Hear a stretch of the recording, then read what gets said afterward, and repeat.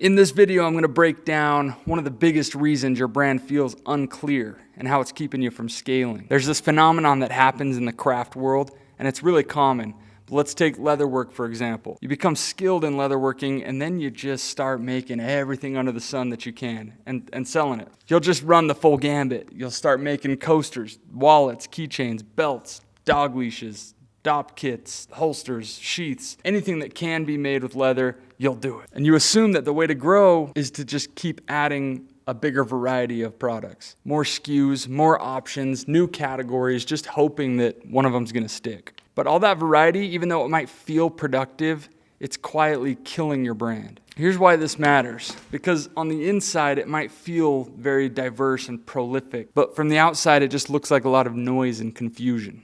And instead of building real demand, you end up just spreading the attention thin across a wide variety of products. You're just confusing your audience and exhausting yourself trying to stay visible. Having deep focus on a specific product or product category will create a reputation for you. And then that reputation is going to create a real magnetic demand. Most successful maker brands aren't known for how many cool things they can make.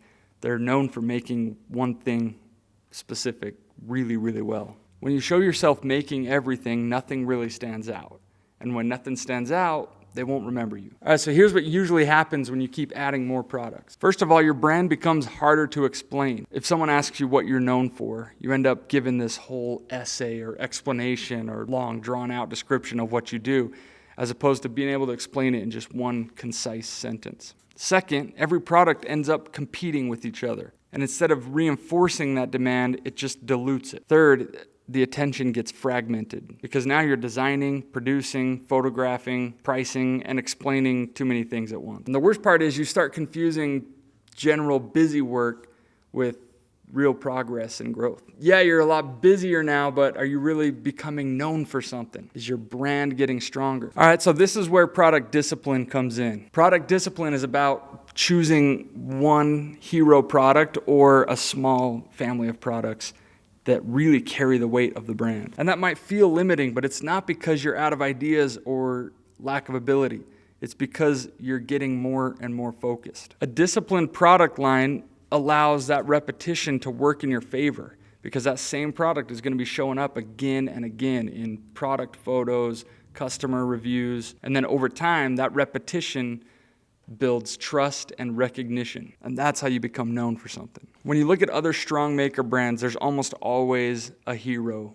Either one product or one tight family of products that really defines the brand. And then everything else supports that hero and nothing competes with it. And that focus is what allows you to refine the process, improve your margins, and build demand without constantly having to reinvent yourself. Oh, and also, and this is a big one, it gives your customers confidence because they want to buy something from someone who really knows what they're doing and they're not just trying to be good at everything. When you try to please everyone, you end up sort of pleasing no one. It's just like life, you know?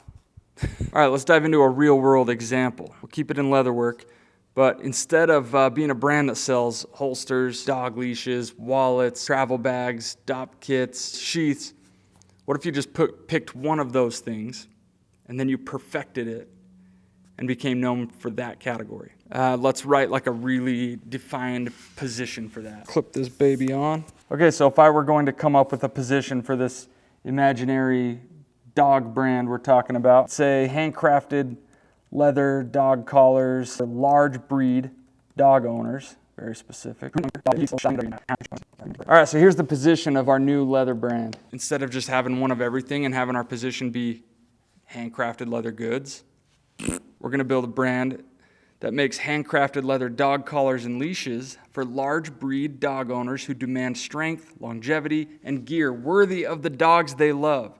Each piece features subtle Sheridan-style tooling and a proprietary, unique, hand-cast brass hardware that's poured in-house and our signature maker stamp, making every collar instantly recognizable and built to last a lifetime.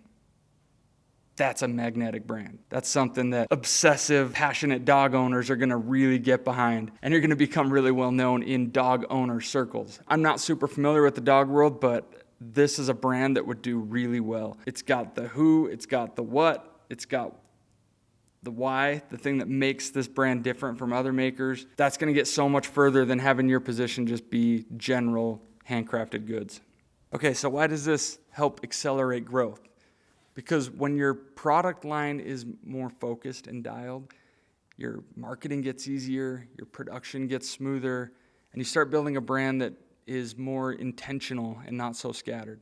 This is why positioning and product discipline are such core principles in the crafted brand strategy. I'm gonna keep talking about it for as long as I'm in this world of helping makers grow. It's not just leather workers. It's common in the blacksmiths, jewelry makers, ceramics. I see it all over. A lot of the same similar product categories being made all across the board, trying to spread yourself thin, making a little bit of everything, trying to please everyone. You're being forgotten. And I'm not trying to be harsh, I'm trying to be honest. And this is something I wish somebody would have grabbed me by my fat head back in 2012 and said, don't start posting, don't do a single thing until you know what your unique position is and what you want to become known for.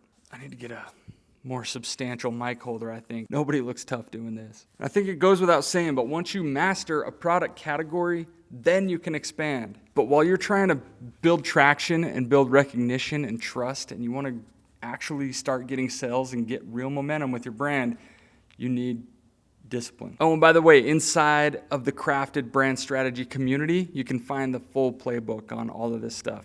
And even better, you're going to find a group of makers that are all in your shoes and building strong magnetic brands using this same exact approach. And once you get inside the community, you're going to find live workshops and Q&As, a growing library of resources, but most importantly, you're going to get real significant change and sustainable growth for your brand.